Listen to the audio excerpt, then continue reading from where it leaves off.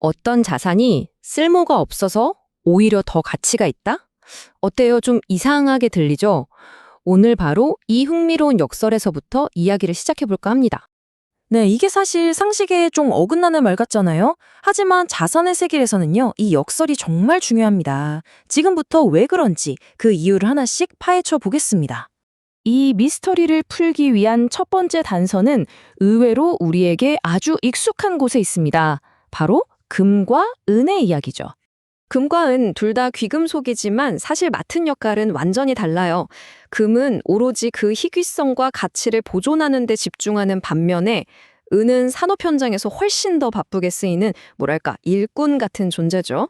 자, 이게 진짜 재미있는 부분인데요. 은에 대한 수요의 절반 이상이 산업 현장에서 나와요.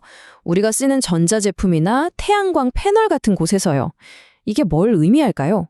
바로 은의 가치가 경제 상황에 따라 크게 출렁일 수 있다는 뜻입니다. 경기가 안 좋아지면 공장이 덜 돌아가고 수요가 줄고 그럼 은 가격도 바로 타격을 받게 되는 거죠. 근데 금을 한번 볼까요? 산업용 수요는 10%도 안 돼요. 거의 없다고 봐도 무방하죠. 다시 말해서 금은 산업에서 소모되지 않는다는 겁니다. 바로 이 점이 금이 경제가 좋든 나쁘든 상관없이 꾸준히 그 가치를 지켜내는 아주 중요한 이유가 됩니다. 그래서 그 결과가 어떨까요? 놀라지 마세요. 지금 금 1온스의 가치는 은의 약 80배에 달합니다. 80배요. 은이 실제로는 훨씬 더 많이 쓰이는데도 말이죠. 바로 금의 순수한 희소성, 즉 산업적으로 소비되지 않아서 그 총량이 보존된다는 점이 이 어마어마한 가치의 차이를 만들어내는 겁니다. 이게 바로 가치 저장 수단이라는 개념의 핵심이에요. 시간이 흘러도 내 돈의 가치, 즉 구매력을 얼마나 잘 지켜주느냐가 관건인 거죠. 그리고 바로 여기서 그 역설이 다시 등장합니다. 은처럼 실용성이 너무 높으면 오히려 이 중요한 가치 저장 기능에는 방해가 될 수도 있다는 사실 말이에요. 자, 그럼 이제 이 금과 은의 논리를 그대로 디지털 세계로 한번 가져와 볼까요? 네, 바로 비트코인 이야기입니다. 금하고 비트코인을 나란히 놓고 보면 정말 흥미로운 공통점과 차이점들이 보여요. 둘 다 공급량이 제한되어 있다는 건 아주 비슷하죠. 하지만 비트코인은 디지털 코드잖아요. 그래서 휴대하거나 잘게 나누는 면에서는 오히려 금을 뛰어넘는 특성을 보여줍니다. 금괴를 이메일로 보낼 순 없으니까요. 물론이죠.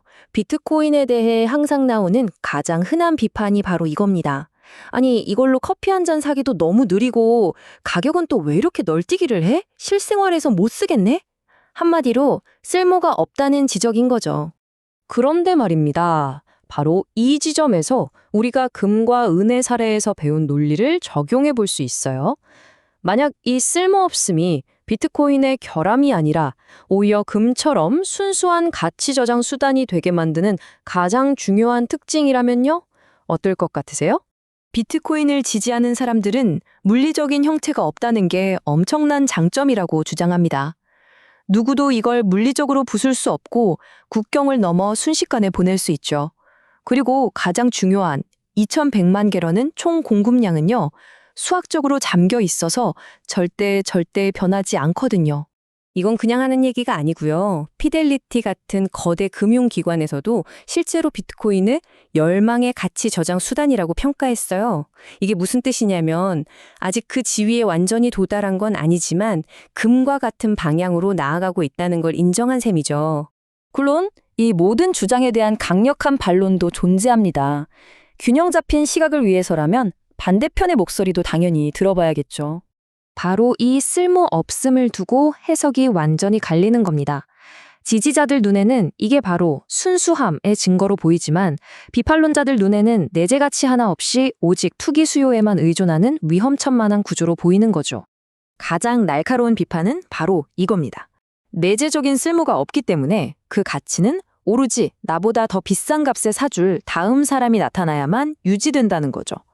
일부 비판가들은 이런 구조가 사실상 폰지 사기와 다를 바 없으며 새로운 수요가 멈추는 순간 모든 게 무너져 내릴 위험이 있다고 경고합니다.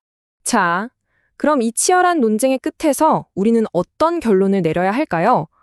본질 보기 위해 한 걸음만 뒤로 물러나서 전체 그림을 한번 보시죠. 결국 가장 중요한 점은 이거인 것 같아요. 그게 금이든 우리가 쓰는 돈이든 아니면 비트코인이든 그 가치는 본질적으로 우리 모두가 그렇게 믿기로 약속한 사회적 합의, 다시 말해 하나의 공유된 이야기라는 사실입니다. 오늘 우리는 쓸모없음이 어떻게 가치의 원천이 될 수 있는지에 대해 깊이 들여다봤습니다.